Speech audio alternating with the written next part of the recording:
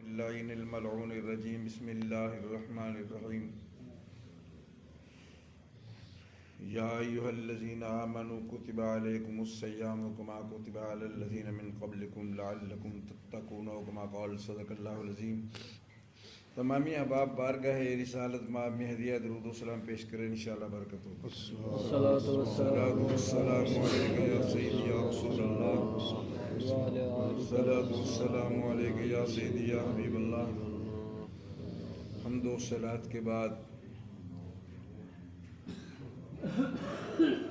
ماہ شعبان المعظم لمحہ لمحہ ہم سے بچھڑتا جا رہا ہے۔ ہماری غفلت کا یہ عالم ہے کہ حضور کا مہینہ جس میں حضور بہت زیادہ عبادت و ریاضت فرماتے تھے، ہم نے ویسے ہی گزار دیا۔ ہم اس ماہ مبارک میں کچھ بھی حاصل نہ کر سکے، اور انشاءاللہ آج بدھ ہے، اگلے بدھ کو امید واسق ہے کہ انشاءاللہ رمضان شریف کا روزہ ہوگا۔ انشاءاللہ اگر زندگی رہی تو پھر مسجدوں میں بہار آ جائے گی، اور قرآن کھل جائیں گے، نوافل کی کثرت ہوگی، سارا دن روزدار اپنے اللہ کی رضا کے لیے بھوکے اور پیاسے رہیں گے، اور رات کو شمال کے کائنات سے انعام لوٹیں گے اور جنت کے حقدار ٹھہریں گے۔ یہ روزہ گناہوں کو ایسے صاف کر دیتا ہے جیسے اس نے کوئی گناہ کیا ہی نہیں ہے، اور ظاہری طور پہ بھی روزے کے بڑے فائدے ہیں۔ اللہ تعالیٰ ماہ رمضان المبارک میں انسان کا رزق کئی گنا بڑھا دیتا ہے۔ کبھی سوچا ہے کہ ہمارے گھروں میں ماہ رمضان المبارک میں اخراجات کتنے بڑھ جاتے ہیں؟ افطاری کے لیے انتظام، سحری کے لیے انتظام، بہت خرچے بڑھ جاتے ہیں، مگر میں نے آج تک نہیں سنا کہ کسی نے کہا کہ رمضان شریف کی وجہ سے مجھ پہ قرض چڑھ گیا ہے۔ معلوم ہوا کہ رمضان شریف میں اللہ اتنی برکتیں عطا فرما دیتا ہے، اتنی وسعتیں عطا فرما دیتا ہے کہ جس کو کبھی بھی پیٹ بھر کے کھانا نصیب نہیں ہوا، رمضان شریف میں اللہ اس کو بھی وافر مقدار میں لنگر عطا فرما دیتا ہے۔ سبحان اللہ، سبحان اللہ۔ روزہ ویسے بھی گناہوں سے ڈھال ہے۔ روزہ حسن میں نکھار پیدا کرتا ہے، یہ ذہن میں رکھیں۔ حضرت آدم علیہ نبینا علیہ الصلاۃ والتسلیمات جس وقت جنت سے نکل کر اس گیتی عالم میں تشریف لائے تو آپ کڑاکے کی دھوپ میں، بڑی گہری سردیوں میں، رات دن سجدے میں رہ کر اپنے اللہ کے حضور التجا کرتے رہے، گڑ گڑاتے رہے، روتے رہے، پشیمان ہوتے رہے، دعائیں مانگتے رہے، مغفرت مانگتے رہے۔ تو بڑا وقت گزر گیا، بلکہ صدیاں گزر گئیں۔ جب آپ کی آہو پکار اللہ کی بارگاہ میں قبول ہوئی تو اللہ نے توبہ نصیب فرمائی، تو حادثات کے زمانے کے حادثات کی وجہ سے، مختلف ہواؤں کی وجہ سے آپ کا رنگ سیاہ ہو چکا تھا۔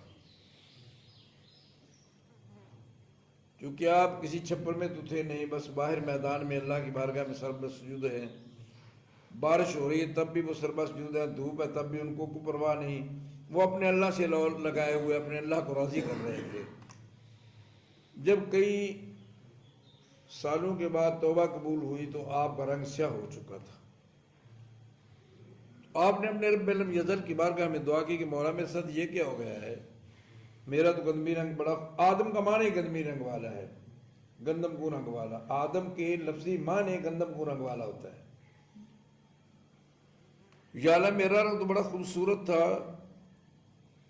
تو اللہ تعالیٰ نے جبریل علیہ الصلاۃ والتسلیمات کو اپنے پیغمبر کے پاس بھیجا، ابو البشر کے پاس بھیجا کہ میرے پیغمبر کو کہو کہ 3 روزے رکھے۔ اور ان دنوں میں جب چاندنی عروج پہ ہوتی ہے، جب رات بڑی روشن ہوتی ہے، یعنی 13، 14، 15، 13 کی رات گزارو اور وہ عبادت اور ریاضات میں گزارو، 13 کا روزہ رکھو، پھر 14 کی رات آ جائے گی، 14 کی رات ویسے ہی بدر کمال ہوتا ہے، چاند روشن ہوتا ہے، پھر 15 کا روزہ رکھو۔ تو جب حضرت آدم علیہ السلام نے پہلا روزہ رکھا تو آپ کا جو رنگ ہے وہ ایک حصہ سفید ہو چکا تھا۔ سبحان اللہ، سبحان اللہ۔ جب دوسرا روزہ رکھا تو آپ کے رنگ میں بہت نمایاں فرق تھا۔ جب تیسرا روزہ رکھا تو آپ کا رنگ بالکل نکھر چکا تھا۔ یہ نتیجہ کیا نکلا کہ روزہ رکھنے سے صرف دل ہی مضبوط نہیں ہوتا بلکہ رنگ بھی بدل جاتا ہے، حسن میں نکھار آ جاتا ہے، ایمان میں بہار آ جاتی ہے، قرآن کی تلاوت میں اضافہ ہو جاتا ہے، اللہ تعالیٰ نوافل کو فرائض بنا دیتا ہے اور فرائض کو 70 گنا بڑھا دیتا ہے۔ یعنی جب آپ ماہ رمضان المبارک کا چاند طلوع ہوتا ہے تو طلوع ہونے کے بعد خوشخبری ملنے کے بعد سب سے پہلے ہم عشاء کی نماز پڑھتے ہیں۔ مغرب تو اسی تقدوں میں ہوتی ہے نا، چاند چڑھا ہے نہیں چڑھا ہے، چاند نکلا ہے نہیں نکلا ہے، تو سب سے پہلے ہم عشاء کی نماز پڑھتے ہیں۔ تو اللہ فرماتا ہے تم نے ایک نماز ہی پڑھی، تم نے تو ایک ہی پڑھی ہے نا، میں نے 70 گنا اس کا ثواب زیادہ بڑھا دیا ہے۔ اور رمضان شریف میں ویسے بھی 70 کی بجائے 700 گنا ہو جاتا ہے۔ اللہ نے تو زیرو ہی لگانا ہے نا، اس سے دیکھو کتنا فائدہ ہو جاتا ہے۔ اور فجر پڑھی آپ اسی حساب سے بھی ایک نماز پڑھنے سے 70 نمازوں کا ثواب ہوتا ہے۔ تو پورے رمضان میں کتنی نمازیں پڑھتے ہیں اور خود کیلکولیٹ کر لیں کہ حساب کہاں جائے گا۔ اس اللہ کے خزانوں میں کمی نہیں ہے۔ ہمیں مانگنا نہیں آتا، اگر ہمیں مانگنا آتا تو اس کو عطا کرتے تو دیر نہیں لگتی، ہمیں مانگتے دیر لگ جاتی ہے، اس کو عطا کرتے ہوئے دیر نہیں لگتی۔ اور رمضان شریف کے یہ جو 3 روزے آدم علیہ السلام نے رکھے، آج بھی امت مصطفیٰ میں وہ بہت زیادہ لوگ رکھتے ہیں، چاند کی 13، 14، 15 کا روزہ رکھتے ہیں، اور کبھی سیاسی طور پہ ذہن کو حاضر کر کے اللہ نے انہی تاریخوں کا انتخاب کیوں کیا ہے؟ آگے پیچھے بھی ہو سکتے تھے، 1، 2، 3 بھی ہو سکتے تھے، 26، 27، 28 بھی ہو سکتے تھے، لیکن ان تاریخوں کا جو انتظام کرنا ہے، ان تاریخوں کا جو الزام کرنا ہے، ان تاریخوں کا جو حکم دینا ہے، اس میں وہ اللہ کی خاص حکمت ہے۔ یہ تاریخیں وسط مہینے میں آتے ہیں، درمیان میں آتے ہیں، جتنے دن پہلے گزرے ہوتے ہیں اتنے دن ہی بعد میں آتے ہیں۔ یہ عین وسط میں ہے، تو یقیناً اللہ کی بارگاہ میں ہمیں یہ آرزو رکھنی چاہیے، اللہ کی بارگاہ میں ہمیں یقین رکھنا چاہیے وثوق کے ساتھ کہ ان 3 روزوں کی وجہ سے اللہ پورے مہینے کا ثواب عطا فرما دیتا ہے۔ پھر غور کر، اللہ کہتا ہے من جاء بالحسنۃ فلہ 10 امثالھا، تم ایک نیکی کرو تو میں اس کا ثواب 10 گنا دیتا ہوں۔ تو جب ہم 3 روزے رکھیں گے تو دن ہوتے مہینے کے 30، جب روزے رکھیں گے 3 تو پورے مہینے کا ثواب، تو نے ایک مہینے میں 3 روزے رکھے اور 12 مہینوں میں 36 روزے رکھے، تو جب آپ اس کا حساب کریں گے تو ایسے ہوگا جیسے پورا سال ہی تیرا روزوں میں گزر گیا ہے، پورا سال ہی تو نے رمضان کے روزے رکھے ہیں۔ اور پھر بہت بڑا اعزاز ہے میرے اللہ کا، اللہ رب العزت ارشاد فرماتا ہے کہ قرآن، میرے نبی نے ہمیں بتایا کہ قرآن پڑھنا سنت ہے، سننا فرض ہے۔ تو کتنے خوش نصیب ہیں وہ لوگ مسلمان جو ماہ رمضان المبارک میں قرآن سنتے ہیں۔ سبحان اللہ۔ پھر اللہ تعالیٰ نے اپنے محبوب امام الانبیاء کے ذریعے ہم پہ اتنے احسان کیے ہیں۔ میرے رسول فرماتے ہیں کہ جو آدمی یہ روزے رمضان شریف کے رکھے اور 6 روزے شوال کے تو ایک کا 10 گنا ثواب، تو ایسے ہوتا ہے جیسے اس نے پورا سال روزے رکھے۔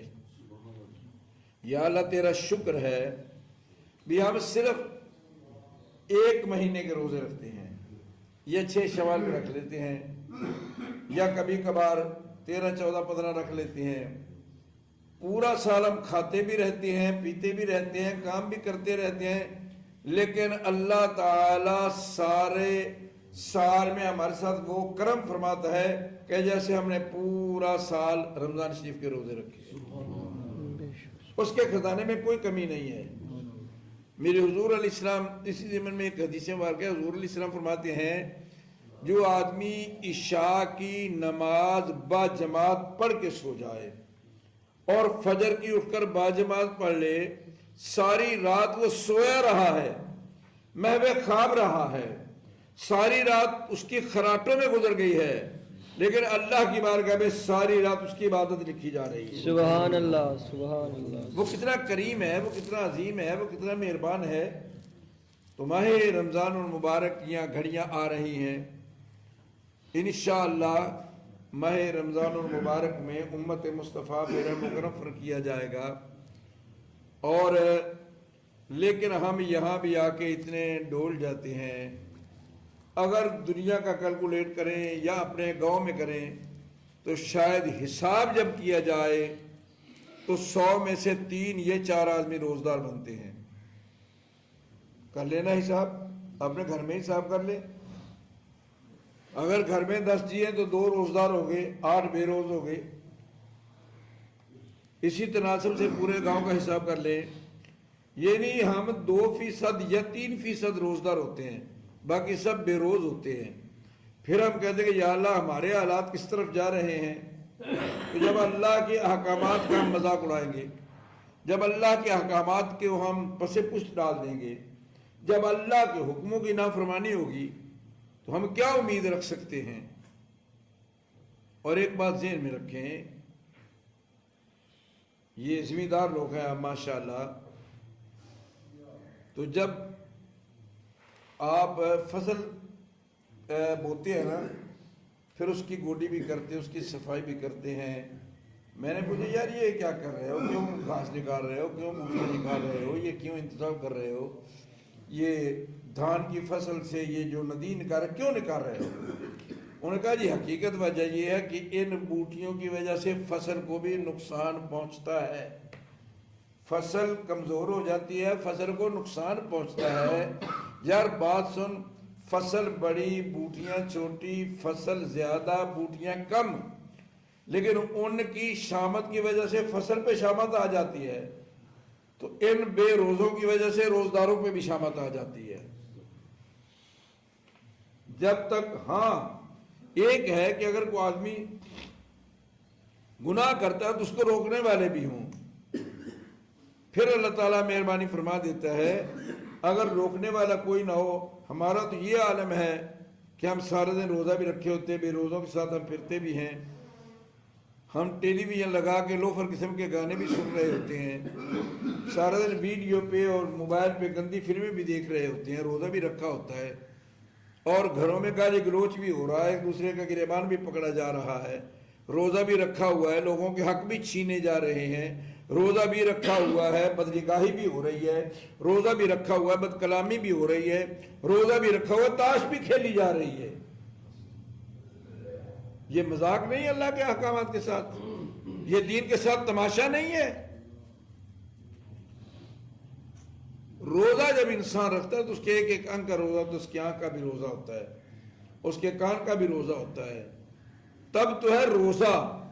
اگر صرف منہ بند کر لینا اور بقیہ گناہ کرتے رہنا یہ روزہ نہیں ہے، بلکہ یہ تو نقصان ہے، یہ تو مذاق ہے دین کے ساتھ۔ تو میرے دوست ماہ رمضان المبارک آ رہا ہے، ہمیں خوب خوب تیاری کرنی چاہیے، خوب خوب اس میں محنت کرنی چاہیے، نوافل پڑھنے چاہیے، تلاوت کرنی چاہیے، روزے رکھنے چاہیے، غریبوں کا خیال کرنا چاہیے، جن روزداروں کے گھروں میں کوئی انتظام نہیں ان کے گھروں میں انتظام پہنچانا چاہیے، اگر کسی کے پاس مشروب کا انتظام نہیں ان کو مشروب دیا جائے، کسی کے پاس دودھ کا انتظام نہیں، کوئی نہیں پورا سال کھاتے ہی ہے نا، اگر ماہ رمضان المبارک میں ایک پاؤ دودھ کسی ایسے گھر میں پہنچا دو جن کے گھر میں چائے کا دودھ نہیں ہے تو تیرے تو 25 روپے جائیں گے نا، اور اس 25 کو اگر 700 گنا پہ حساب کرو تیرا آخرت میں کتنا جمع ہوگا؟